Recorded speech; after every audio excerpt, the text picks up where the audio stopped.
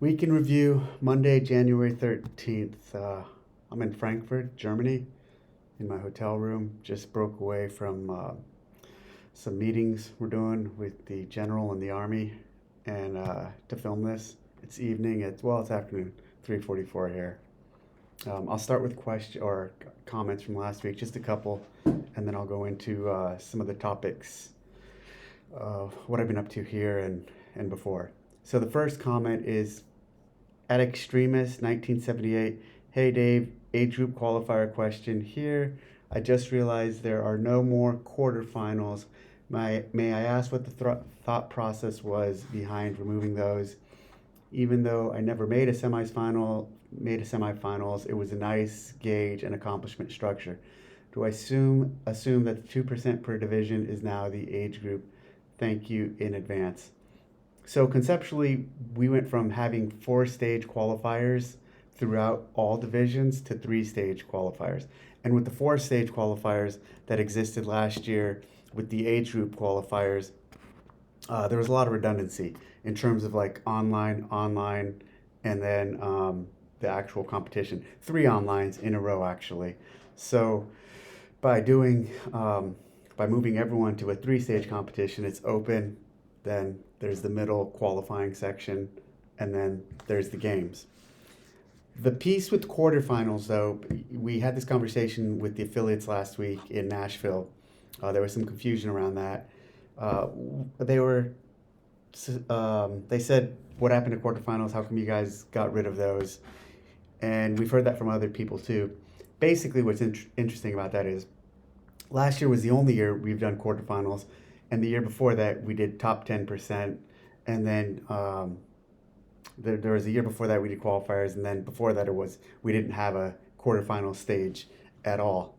The reason we went from 10 to 25 is we wanted to see if we let more people compete, if there was an interest in competing at a higher level of state, higher stage.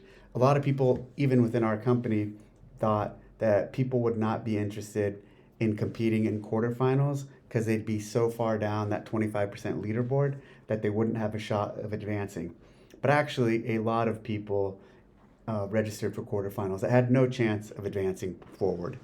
So what we decided was, well, clearly there is an interest and appetite for competing at a next level or another stage. Instead of having quarterfinals again, let's just open it up and have another level, another competition where pretty much everyone can compete. So you look at the people who signed up for the Open. In theory, those are people who are saying, I am interested in competing online. So having another competition, not just for the top 25% of all of those individuals, but for everyone from that cohort. So if you want to continue again, like even I take a look at myself as an example. I'm not top 25% of anything, really. Actually, I was of my age group last year, but not of the individual. But if I wanted to go on and compete, and let's say I wasn't as fit as I was last year, and I didn't make the top 25% of the age group, then I would have had no area to go on and compete. Now at this, we have an additional layer for everyone to compete. And what the intent is, out of the Open, you finish and you get your level. And so the levels are 1 through 10, 1 being 0 to 10%, 6 being 55 to 65%, level 9 being 80 to 89th percentile of the Open, and then level 10 being 99 to 100th percentile. Then from there, you can compete in the Community Cup with a group grouped by level, in a group that's grouped by level. So level 10 and 9 are classified as pro, level 8 and 7 as advanced, 6 and 5 intermediate, 4 and 3 novice, 2 and 1 rookie. And in the Community Cup, you'll have 3 workouts over the course of a week, so 1 condensed block instead of 3 weeks and 1 workout. And you'll have time to rest and work them into your regular classes. And there'll be workouts programmed specifically for your ability levels, and you will compete against those within your group. So I think it's a really cool opportunity to continue on to another stage and compete, and also, whereas not in the open, you're not able to kind of rank amongst your cohort like this. Here you can, and we're going to program for those groups. I've seen some people ask questions about, are we going to charge for it? Yes, we're going to charge for it. I mean, it's an initial stage, and there will be a fee, but it's not mandatory. There's a fee for the open, and if you want to compete in this, you can compete, and I'm excited about it. I think it's a really nice addition. I think it took some of our learnings from quarterfinals that people are interested in a second stage, and gave everyone in the open an opportunity to compete in an additional level. Over the Wall 787, Happy New Year and glad you're back at it. I've been reading a lot of books written by vets and watching a lot of series, documentaries about SEALs, Rangers, etc. By any chance, you know a civilian camp where they put through some of the evolution of buds, cold water exposure, waterboarding? We never got waterboarded in buds. No sleep, minimal sleep, and calorie intake. And actually, in buds, we ate a lot. Rangers don't eat a lot, but we ate a lot. Ranger School doesn't. They don't eat a lot there. I respect all of you Special Forces veterans immensely, but I think the respect would drastically increase if us normal mortals can have a taste of that wild world of what the mind and body can really do and tolerate. Sounds fun as hell to me, anyways. Um, yeah, so there used to be SEAL Fit. Mark Devine ran those camps in Encinitas. I don't know if he still has those. Google it, check it out. And then this guy I was at Team 4 with a really long time ago. I haven't talked to him in probably 20 years, but I saw him on IG, and I saw he has a pretty big following. He runs something like you're describing. His name's Ray Cash Care. So look him up or look up SEAL Fit, and I think they might have what you're looking for. At Will underscore no rep you. Oh, that's a good witty uh, YouTube handle. Dave, it's great to have you back. I found your book at the beginning of last summer. I really enjoyed the insight. Would you ever consider writing another one? Yeah, I have multiple times considered. I just haven't been disciplined enough to make it happen and actually sat down and committed to it.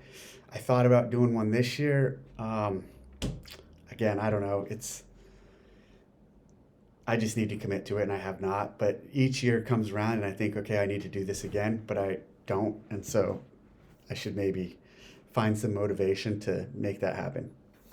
So last week, I went to Nashville the day, I think it was Monday, flew to Nashville after the weekend, filming the weekend review then. Flew to Nashville. Tuesday, we had meetings there. Actually, in the morning, we worked out CrossFit Fort, cool gym right outside downtown. A really tough workout, wall balls and power cleans. I think it was 21, 15, 42 wall balls, 21 cleans at 140, then 30, 15, 18, 9. I did not do 140. Boz did, Don did. I ended up using, I think, 115. But my first set of 42 wall balls I did unbroken. So that was a small victory within the workout. Really cool gym, really cool workout. Nice setup. Owner's super cool guy. Next day, we went to Proven in the morning, did a workout there. It was kind of like just a cardio workout, but it was fun. It was an interval style workout with rowing, assault air bike or echo bike, and some light running, some running.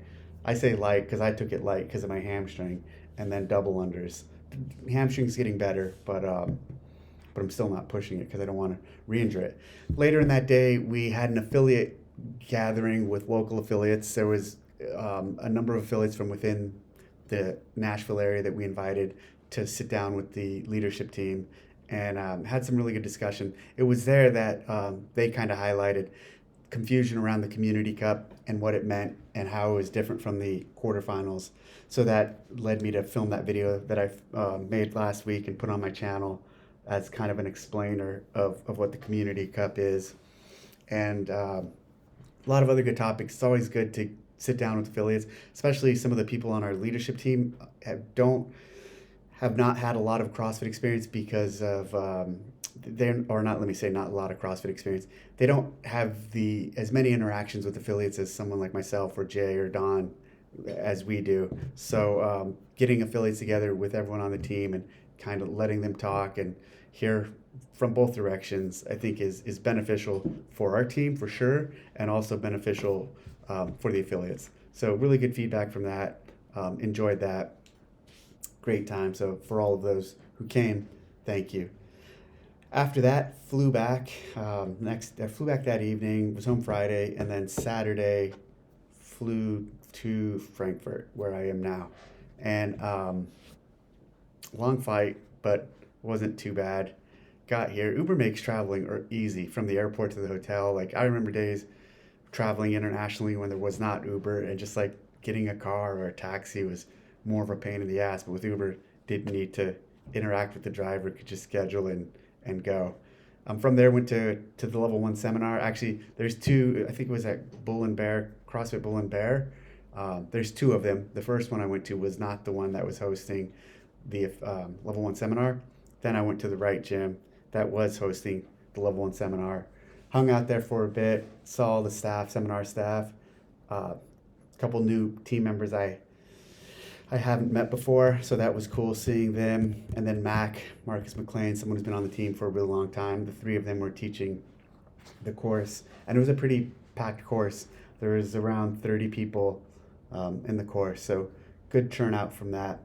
But that was Saturday, and then from there, no, that was Sunday. So I got to Frankfurt on Sunday. I left on Saturday, got here Sunday. It's Monday today. Getting confused with all my time. And from there, came back to this town right outside of Frankfurt near this base that we're at. And we're here meeting with General Donahue.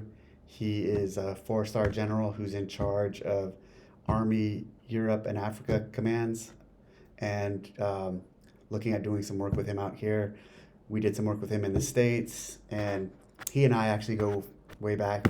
We've worked together, deployed together to Iraq early on, 2004, 2005.